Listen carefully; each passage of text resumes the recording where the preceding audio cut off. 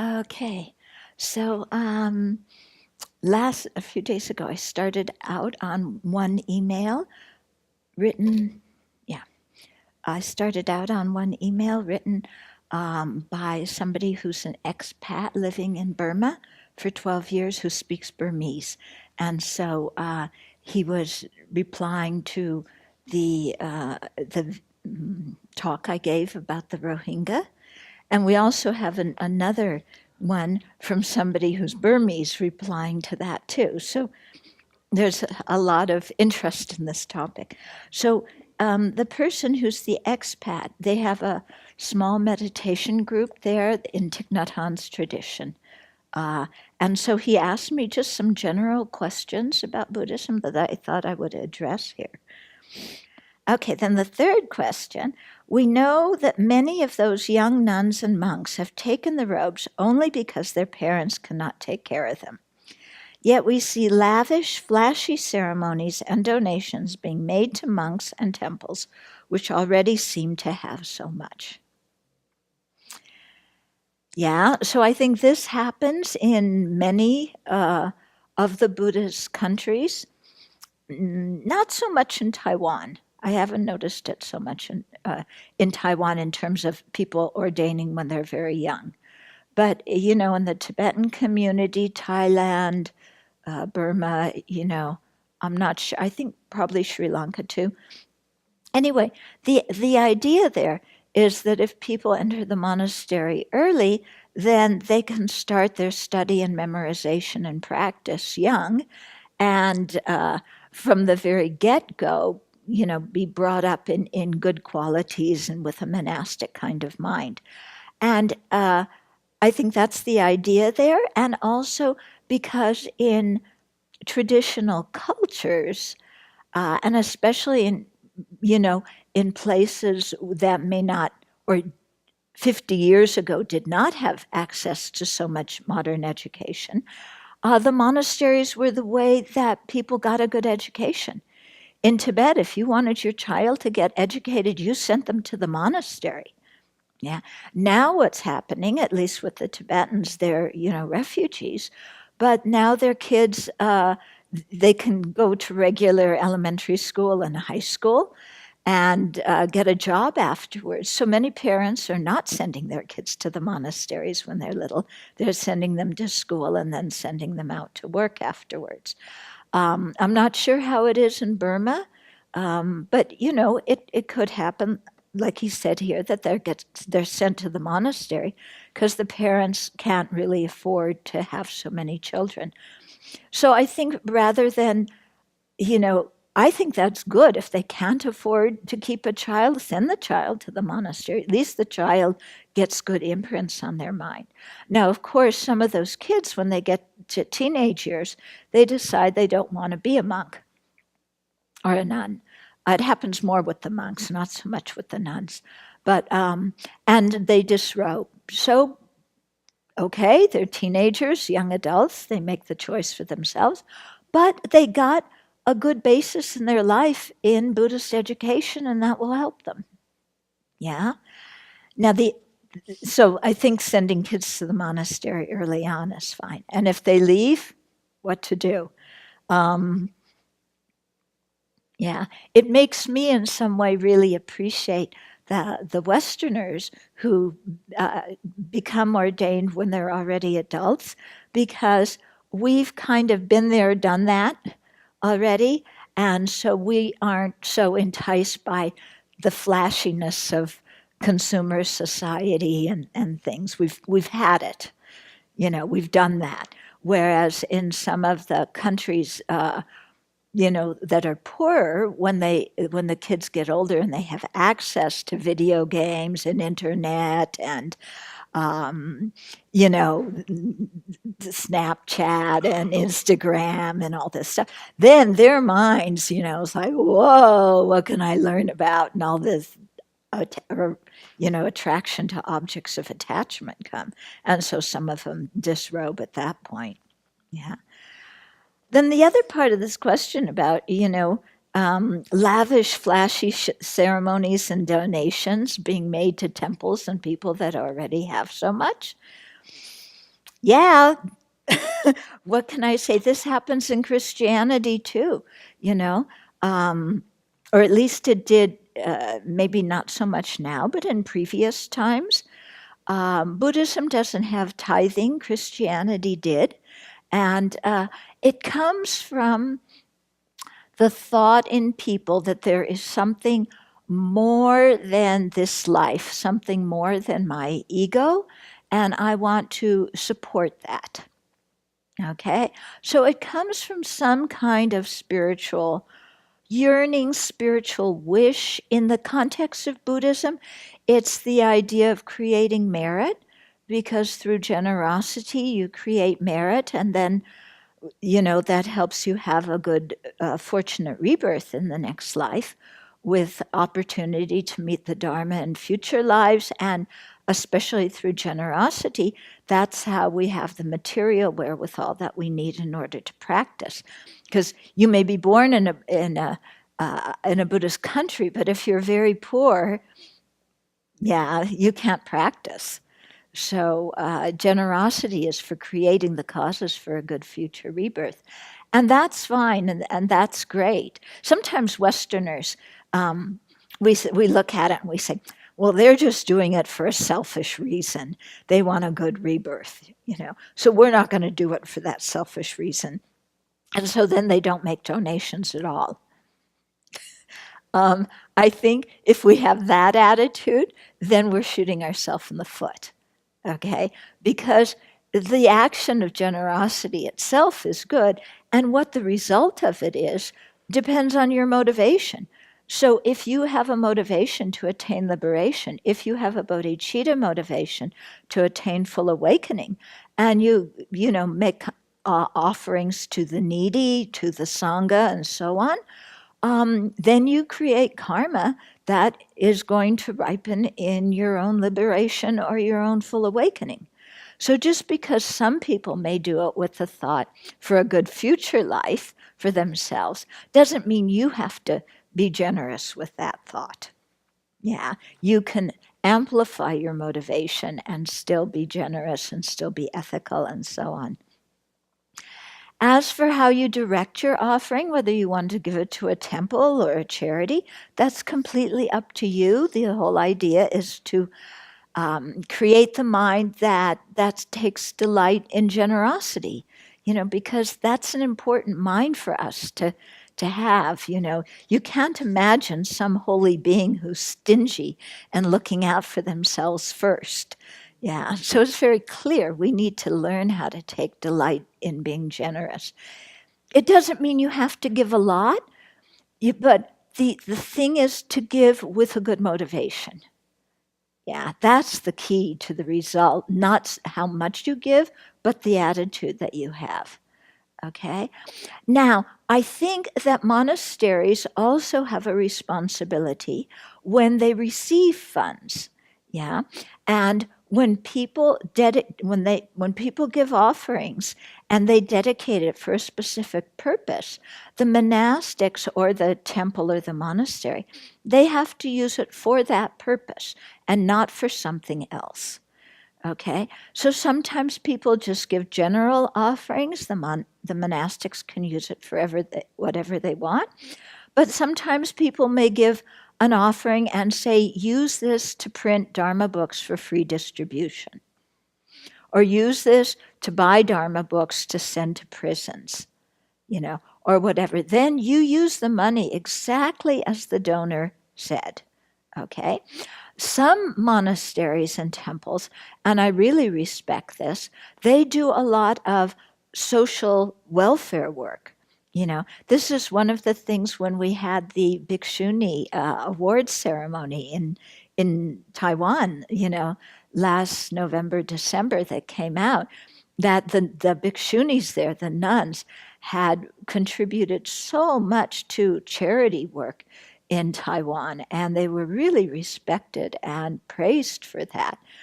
And I was at one temple in, where was it? In Penang, Malaysia, and it was wonderful. They had a big temple. They had an old folks' home, and they had a kindergarten and a daycare center. And the little kids would go into the old folks' home and talk to the old folks and play with. And it was beautiful, because you got two different age groups that really were able to come together and help each other. And I thought, this kind of thing is wonderful. But then you also see, as an organization, you can only do what, according to the people power you have. Like here at the Abbey, I love to have an old folks home and a kid's house and, and a kindergarten and, a shelter for homeless teens and, counseling services for homeless teens and some, a business for people who just got out of prison. And I have all sorts of ideas.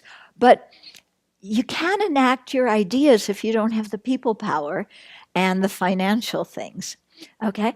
But, Buddhism here in America is new, so slowly, we're just trying to build the monastery at this point, okay? But I think in countries where Buddhism is already established and you have a large Buddhist population where you receive a lot of donations, then I think you have a responsibility to also give back to society, and open a food bank or do a kindergarten or an old folks home or do something that gives back to society if you have enough monastics and the financial resources to do that. Yeah. And I think that that's quite important.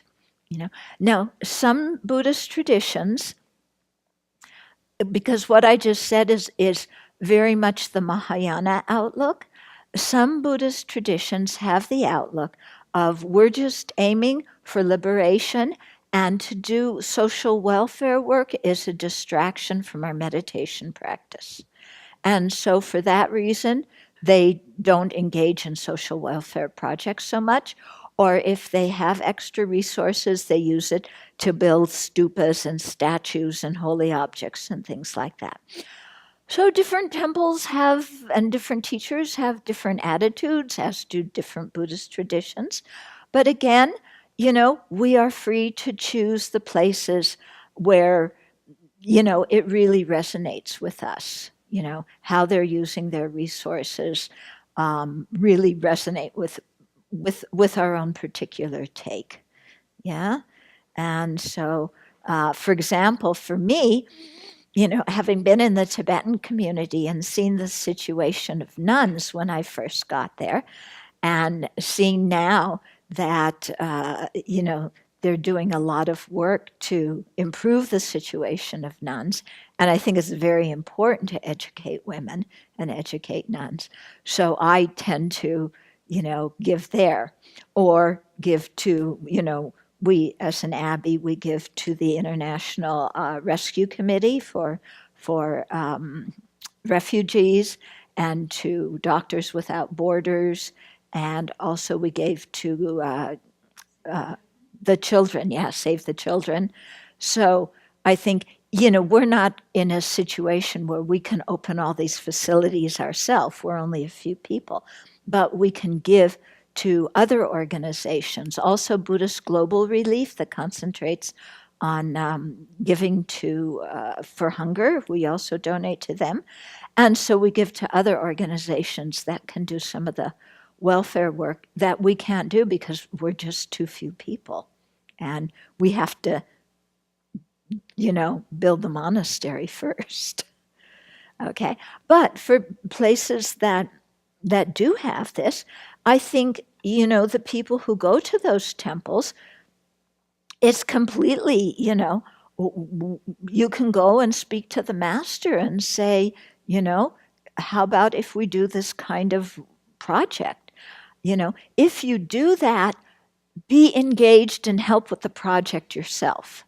Because so many people come and say to us, how about if you do this, and how about if you do that, and do this and that? But they don't volunteer to help us do it.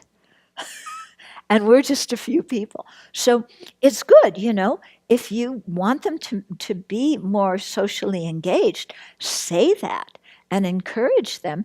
And then whether you help financially or you help by giving advice and helping them develop the skills to do these kinds of social outreach projects, then all of that is very good. And, as a Buddhist community, then everybody works together to create peace in the chaotic world. Okay. So are there questions about this? I know kind of the subtext in this is, in some ways, is should we really be giving so much money to monasteries? I think it's good to support monastics and good to support temples. Yeah, you create a lot of merit. But like I said, improve the quality of your motivation. Yeah. And if you want to see them use the money for some social welfare project, specify that. And if you prefer to give your donation to a charity organization to start with, do that as well. Yeah. But the Sangha usually, doesn't have a business and doesn't have business income. So they, I think transparency is also about how funds are used is a big piece to make sure that the lay supporters feel that their donations are being used in a way that they are comfortable with. And so like here at the Abbey, we had the annual report that gives a really nice detailed account of where the funds are used. His Holiness does that with any of his teachings. Yes. And so maybe that's something that if people aren't comfortable with how the donations are being used, they could request of their center or their monastery or... Yeah, exactly. Because at a temple or a monastery or a Dharma center, the books should be open for everybody to see how the funds are being used. Yeah, I completely agree with you, regarding that. Okay, I just want to add, too, that some of this thing about the ceremonies and the trinkets and, blessing cord, figures of the Buddha that you hang around your neck, different pujas and ceremonies and all. A lot of that is coming from the lay people. In fact, most of it comes from the lay people because they're the ones who are requesting the monastics to do that. And so they're doing it. The lay people request this out of a sense of faith that if you create merit, if you make offerings, that you create good karma, and that good karma benefits you. They also do it for their deceased loved ones, to create merit that they dedicate for their loved ones. And then people, especially like Thailand, a lot of countries, all the Buddhist countries, they all have their own version of something that you hang around your neck. Okay, it could be a blessing cord, it could be a little Buddha, it could be some kind of relic. Everybody has something around your neck or a blessing cord around here or something. And people love that. They absolutely love it. I don't care if it's Easterners or Westerners. I've seen Westerners go, they love that stuff. People like something physical, something tangible. Okay? Same with pujas. Yeah, you have obstacles in your life, sickness, I don't care. Easterners, Westerners, people request pujas. So a lot of this is coming from the lay community that is asking the monastics to do this and to create merit and then to get dedicated for whatever thing is happening. If somebody's sick, if somebody just died, to eliminate obstacles or whatever. And so, again, people want this. So from a Westerners do too. I used to think, Westerners don't go so much for this. And then I watched one day, I was at a Tibetan center, and I was giving a talk with a Theravada monk. And he had come and he offered to give people blessing cords around here.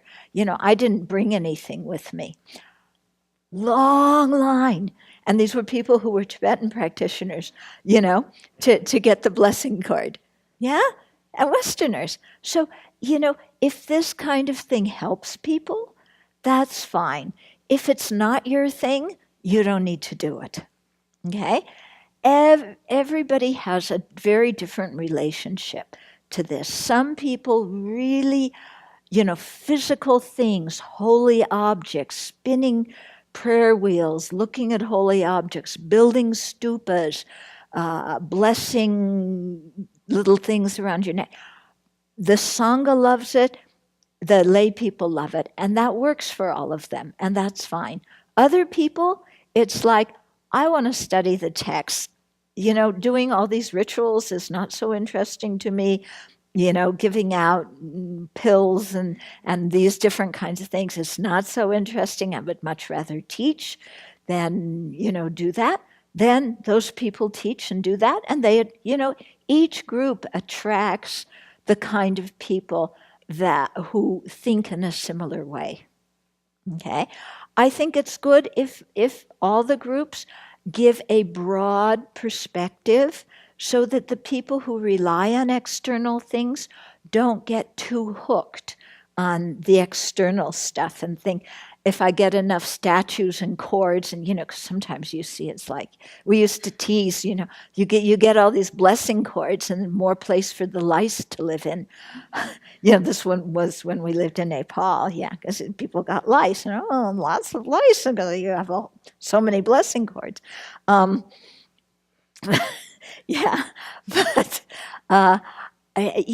I think it's good if people are relying too much on the outside, that it's the responsibility of the monastics to remind people that the real purpose that Buddha taught was not external things and such like that. It's for internal transformation.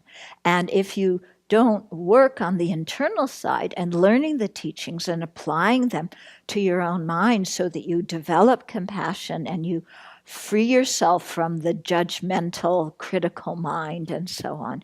If you don't do that, you can have so many pujas and statues and cords and trinkets, and none of that is going to, if you continue to create negative karma, none of that's going to help you at the time of death.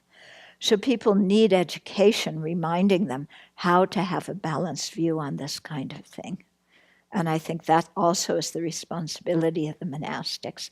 But it's also the responsibility of the lay people to listen to that kind of advice too. Because some countries I go to, they tell me, I'm the only Tibetan monastic that comes and teaches. Everybody else comes and does pujas and gives initiations.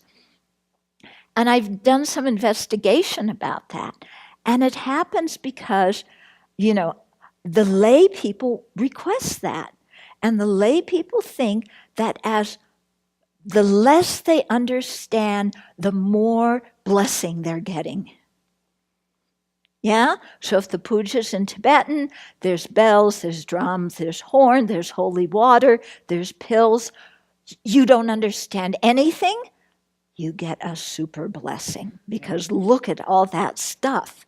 And you were in the room listening to it all. So this is the level of people's minds, and this is how those teachers communicate with them. On the other hand, it isn't all coming from the lay people, because people give the quantity of donations you get when you do ceremonies and trinkets and statues and stuff far exceeds when you give teachings. So monasteries in poor countries, or even the countries rich, if they need money, this is the thing that from their side, they have no problem fulfilling the request of the lay people to do that, because then they have the funds to bring back to their monastic community. So both of them are going in this way. This also, I think, requires a lot of education, because I remember one time when His Holiness was teaching in Mountain View, he was giving these wonderful teachings on perfection of wisdom. And then at the end, he gave a medicine Buddha empowerment. Many people came to the medicine Buddha empowerment. They had to open so many more spaces for people to sit. Because so many more people came to that than to the teachings. And His Holiness said, this is not right. more people should come to the teachings to learn the Dharma than to go to rituals and so forth and so on, just because you think you're getting a blessing, but then you don't do any practice afterwards. Yeah.